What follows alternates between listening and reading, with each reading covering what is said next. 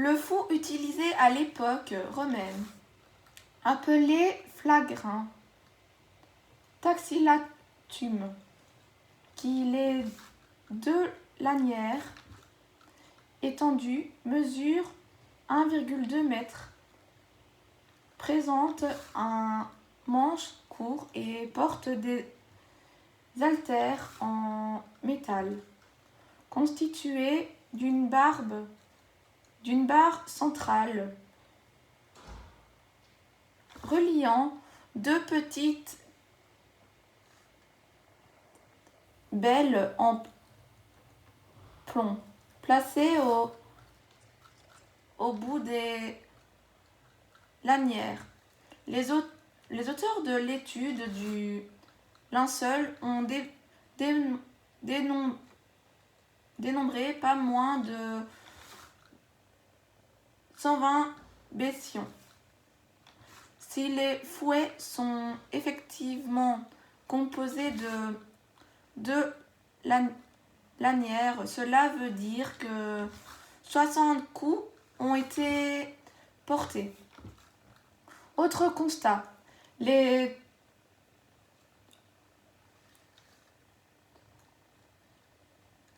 tortionnaires étaient à deux pour frapper un de chaque côté. Les coups qui partaient de gauche donnent une irradiation un peu comme un éventail avec une dispersion oblique vers le haut et la droite, en partie haute du thorax et de l'épaule droite, puis horizontale à hauteur de la région lombaire et des fesses, puis oblique vers le bas et la croîte sur les jambes. Il en va de même pour les coups venant de droite. Il y a cependant une 15 quand on regarde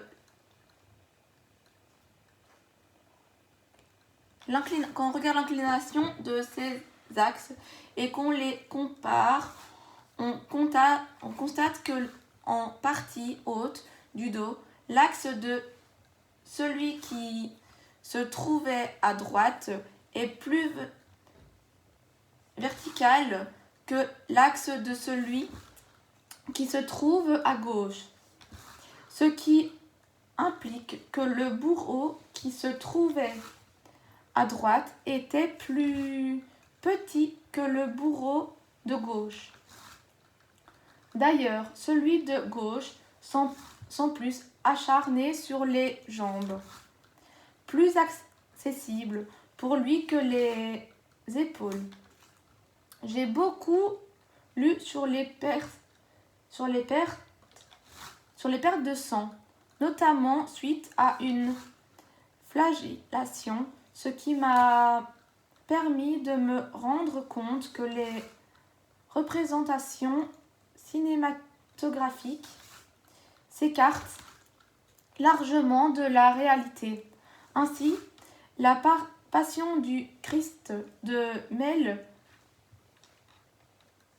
Gibson 2004 présente des erreurs médico-légales énormes. La peau est tellement décrite que s'en échappe une quantité de sang telle que le supplicié ne pouvait que mourir sur le lieu de sa flagellation. Il faut savoir qu'un adulte de 70 kg a un volume sanguin estimé entre 4,9 et 5,6 litres. La perte de 1,5 litre engendre en général une perte de conscience et celle de 2 litres le décès. Les traces de clous. Depuis qu'elle n'est plus pratiquée, on a eu largement le temps d'oublier comment se faisait une crucifixion, ce qui n'est pas plus mal. La crucifixion est arrivée à Rome lors de la Deuxième Guerre punique. 219-101 avant Jésus-Christ. Les Carthaginiens qui l'ont apprise, des Phéniciens qui l'ont eux-mêmes apprise, des Mésopotamiens. Deux traces de clous bien carrées sont visibles sur le linceul, au niveau du dos, des poignets, et pas au dos des paumes. Dans mon livre « Entretien avec un cadavre », je parle de la mort du Christ. J'écris « Quoi qu'il en soit, ce supplice était plutôt banal à l'époque de la conquête romaine et donc à l'époque du Christ, dont le pays était alors occupé par les Romains.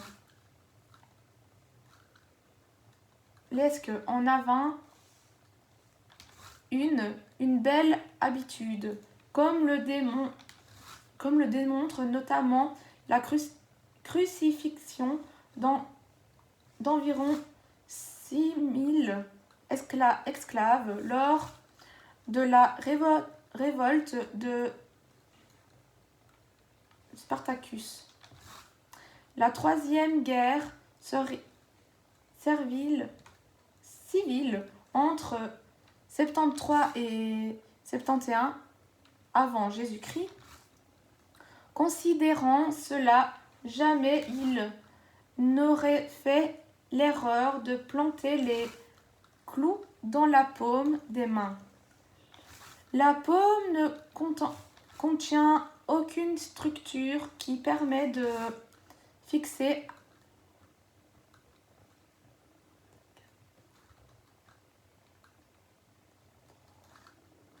adéquatement le clou. En clair, sous le poids du corps, le clou déchirerait la peau de la main et le supplicié tomberait purement et simplement de la croix. Avec un peu de malchance, il présenterait un sérieux traumatisme crânien en effectuant une rotation autour de l'axe des pieds. C'est un médecin, le docteur Barbe, qui l'a démontré en crucifiant des cadavres de la morgue de l'hôpital Saint-Joseph à Paris. Dans les années 1950, tous se sont décrochés de la croix sous le poids du corps. Faites ça aujourd'hui et vous êtes sûr et vous êtes mûrs pour un passage devant le juge.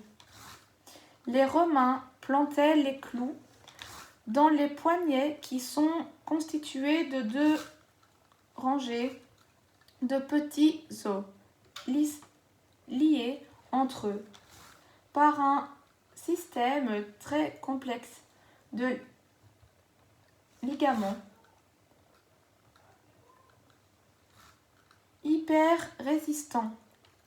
Nous appelons cette région du poignet le carpe, les clous étant plantés plus précisément dans un espace que l'on nomme espace de Distote, du nom du radiologue et anatomiste Étienne Destaut. 1864-1918, qui le décrivit le premier à cet endroit. Les clous peuvent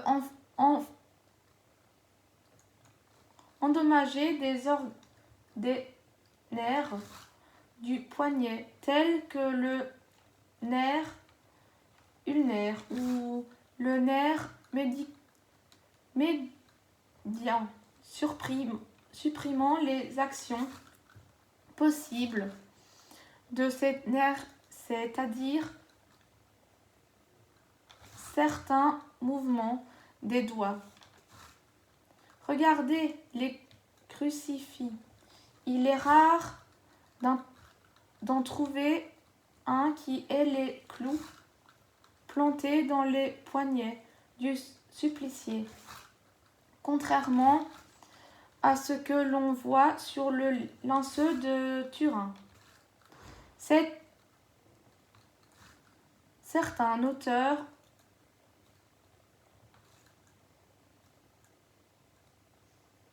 argumentent en disant que le clou semble plus à gauche ou plus à droite, que cela ne correspond pas.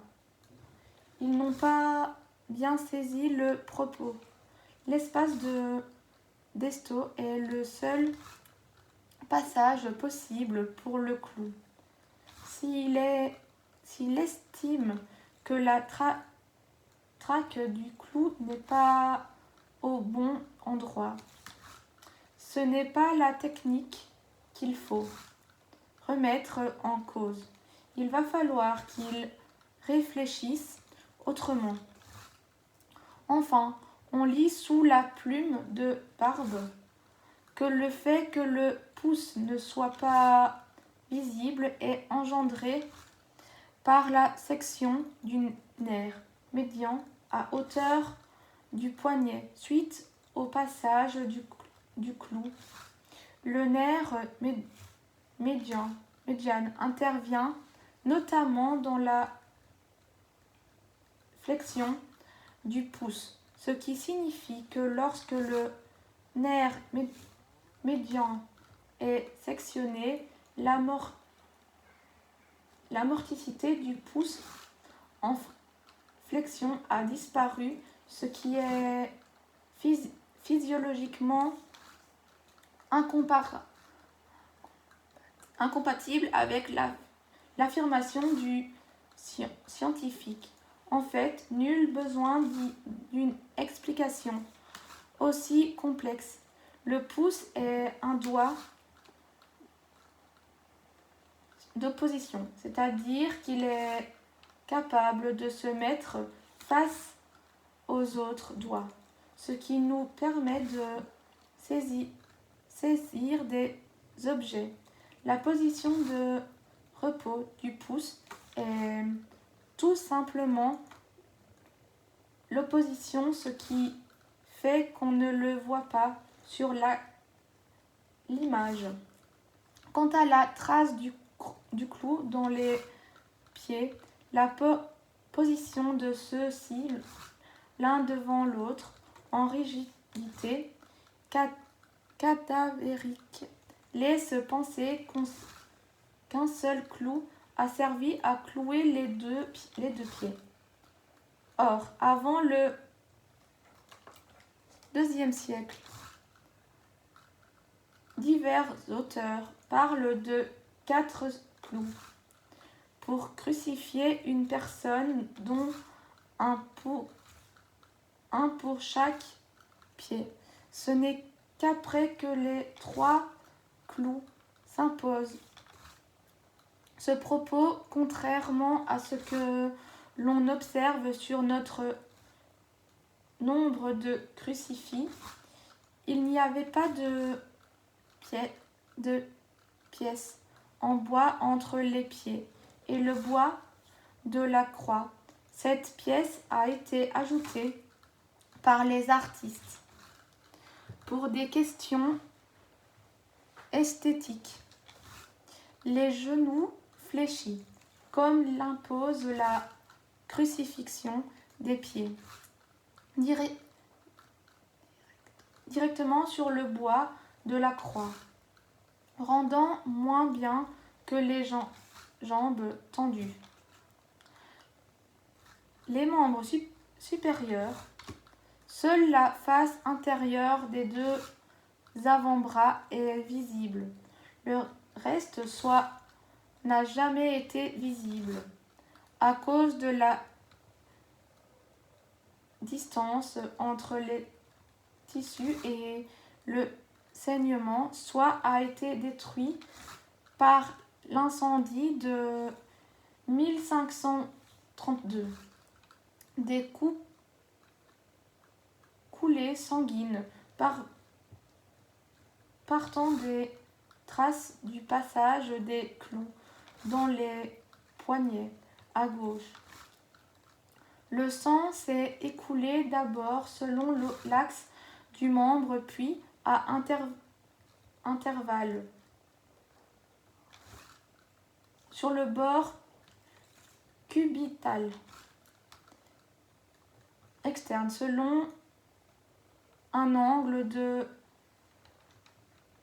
459 environ, tandis qu'à droite, il s'est écoulé vers le coude et le bord cubital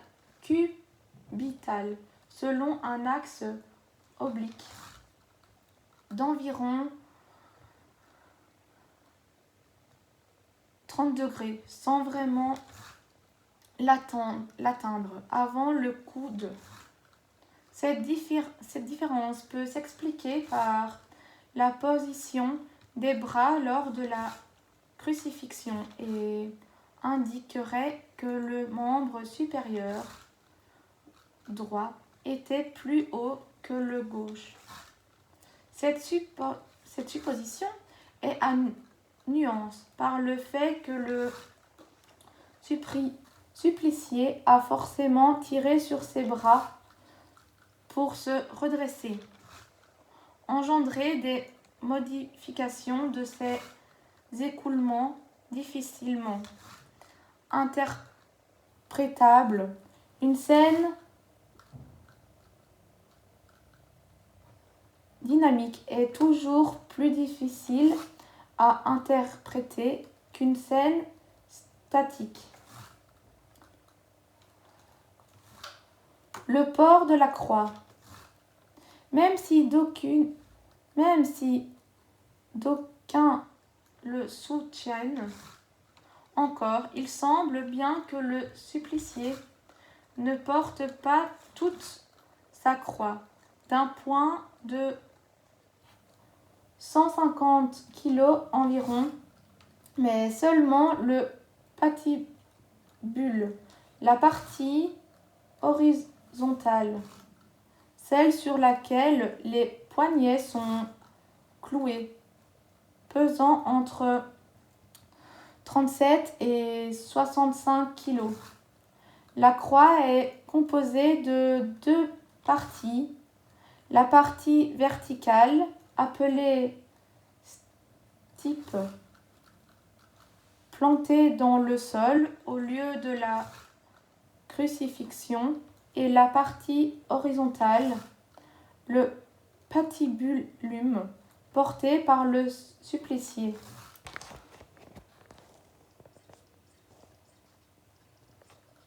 Arrivé au pied du stipe, le supplicié voit ses poignets cloués sur le patibulum. Ensuite, celui-ci est hissé au sommet du stipe, où il est fixé, formant non pas une croix, mais un T. Imaginez qu'un homme affaibli par sa détention, qui n'a pas dormi sans doute, peu mangé, qui vient de recevoir une soixantaine de coups de fouet, puisse encore porter 150 kg, relevé du fantasme. D'ailleurs, Les Romains étaient des gens pratiques. Ils cherchaient à crucifier leurs confinés vivants, épuisés sans doute, mais pas morts. Certains auteurs vient des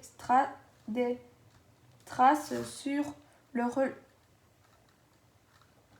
relief des omoplates qui pourraient être dus au frottement du patibulum sur le dos du supplicié lors du chemin de croix. Mais des études récentes tentent à invalider cette théorie. La plaie au flanc droit. Revenons à entretien avec un cadavre. Nul ne sait de quel côté le corps du Christ a été transpercé.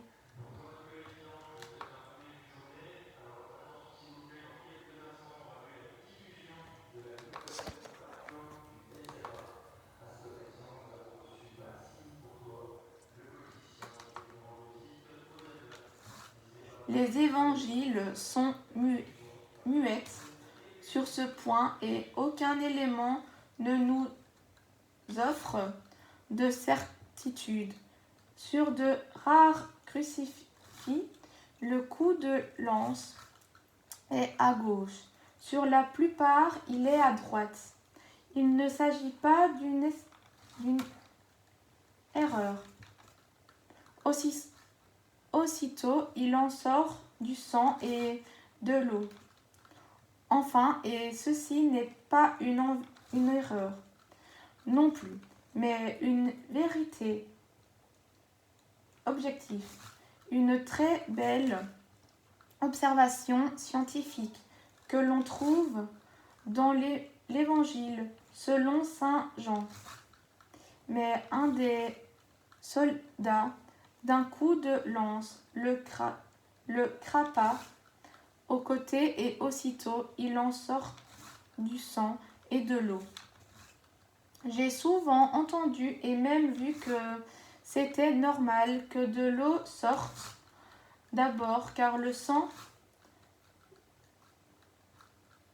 sédimentaire dans le corps en post-mortem. Sédimentaire signifie que les éléments les plus lourds, les globules rouges et blanches, essentiellement, s'accumulent dans les parties les plus basses et que surnage le plasma, constitué en grande partie d'eau. L'ensemble constituant deux phases superposées selon la pression atmosphérique. Une phase aqueuse en haut et une phase plus solide en bas. Le cœur ayant été percé par le coup de lance, il aurait d'abord délivré le plasma, puis le sang. Cette conception ne tient pas la route, pour deux motifs. Le premier est que si le cœur est percé, il délivre d'abord ce qui se trouve devant la plaie. Si le coup est donné en partie basse du cœur, c'est du sang qui s'écoulera d'abord, et on ne distinguera plus le plasma du sang, car il s'y mélangera lors de la sortie, tandis que si le coup est donné en partie haute du cœur, c'est le plasma qui s'écoulera seul car la pression atmosphérique ne permettra l'écoulement que de ce qui se trouve au-dessus du niveau où est porté le coup. Or, les éléments les plus lourds qui évoquent le sang par leur couleur sont en partie basses. Si vous n'avez pas compris, ce n'est pas grave, car cette discussion est plus académique qu'utile, comme vous le lirez ci-après. En effet, et c'est le deuxième motif, j'ai autopsié plusieurs milliers de cadavres et je n'ai jamais observé à quel stade mort post-mortel que ce soit que le sang sédimentaire dans le corps. C'est une erreur de le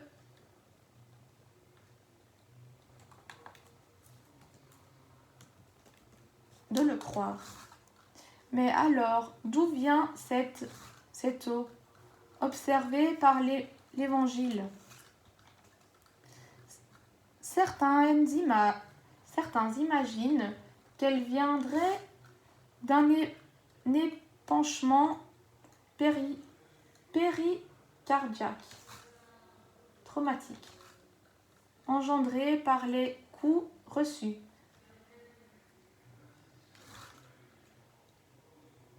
Si tel était le cas, elle serait mélangée avec le sang lors de l'issue de celui-ci et rien ne permettra de les détecter.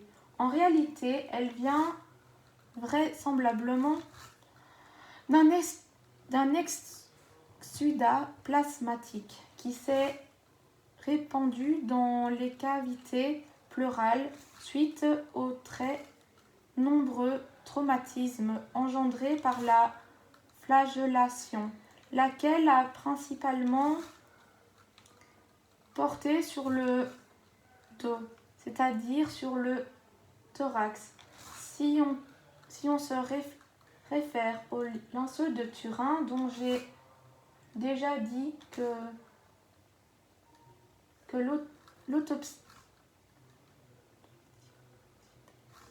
l'autodicité n'était pas démontrée, on y relève pas moins de 120 coups. Dans ces conditions, les poumons n'ont pas manqué d'être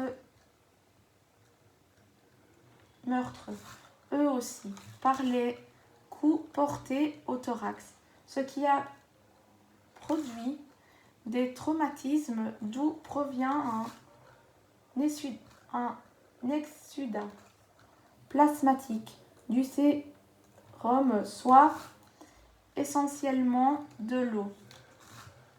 Ainsi, la lance a d'abord traversé la cavité pleurale, permettant à l'exsudat plasmatique qui s'y trouvait suite au traumatisme reçu de sortie, puis a touché le cœur, permettant au sang d'en sortir également. L'observation de l'Évangile correspond donc bien à ce que la médecine connaît et peut expliquer. Les analyses de ces écoulements sur le linceux ont montré qu'il y avait là non seulement du sang, mais aussi une grande quantité de sérum, ce qui correspond à la description de l'évangéliste. Certains imaginent que le sang aurait sédimenté, séparé du sérum dans la cavité pleurale. Sur le plan théorique, on peut l'imaginer imaginer, mais d'une part, ceci se autre aux mêmes observations que l'hypothèse de péricardique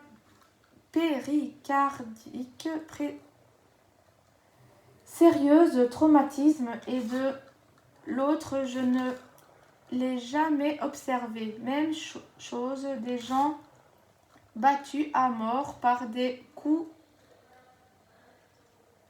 portés au thorax avec un objet contenant. Pourquoi la tête n'est-elle pas étalée? C'est vrai que le visage n'est pas étalé, alors qu'on aurait pu s'y attendre, puisque le tissu forcément épouse la forme du visage, descendant depuis le nez sur les deux parties de la face. On pense souvent au masque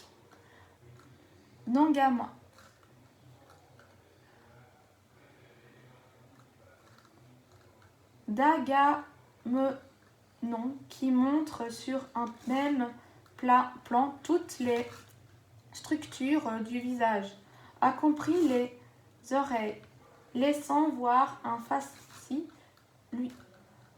lunaire. Ce n'est pas le cas du linceux, où les oreilles ne sont pas visibles, couvertes par les cheveux. Il n'est pas logique du tout que les cheveux se répandent devant les oreilles.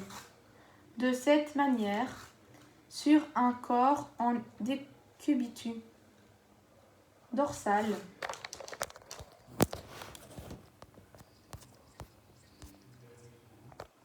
l'explication est simple.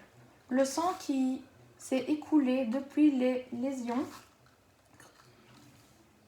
crucianes punctiformes a imprimé les cheveux et les a rigidifiés en séchant et non pas en coagulant. Car le sang ne coagule pas en dehors du corps, puisqu'il a besoin de l'apport d'éléments circulants pour se faire.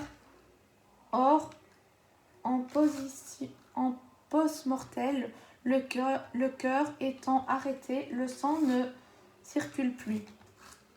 Combien de fois ne l'ai-je pas observé chez les morts par traumatisme crânien? Un simple plasma à l'eau suffit à reliquider le sang et à l'éliminer. C'est ce qui explique que les oreilles ne soient pas visibles. Nul besoin, comme le font certains, d'expliquer que la tête a été enserrée dans une structure en bois pour la maintenir droite. De plus, c'était inutile puisqu'il était en rigidité cadavérique et qu'elle tenait bien toute seule. Pourquoi ne voit-on pas ses oreilles génitaux,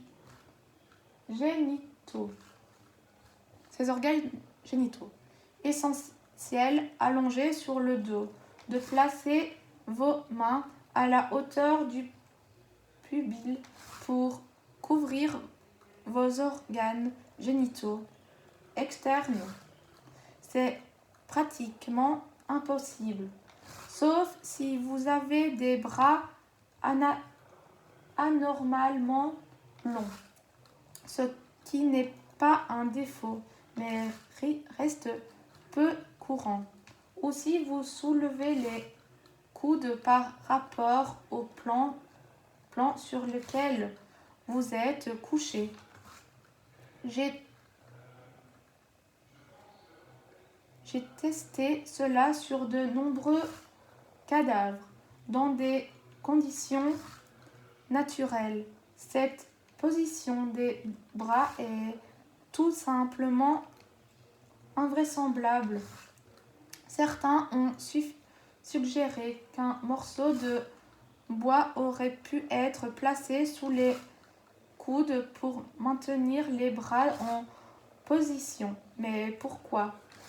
Pour dissimuler des organes génitaux que personne à l'époque n'imagine devrait un jour observer sur une image miraculeusement apparue sur un linceul. La réponse est bien plus simple et s'explique par la crucifixion.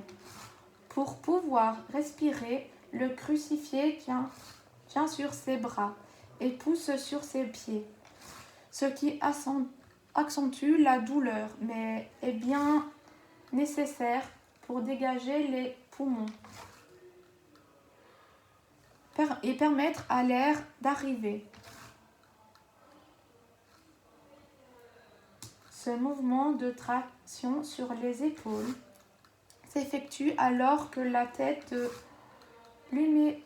l'humérus est projetée en avant dans l'articulation de l'épaule, soit dans la position que permet le plus de luxation. Dans ces conditions, l'épaule présente un découtement intérieur. Elle se projette hors de sa cavité articulaire.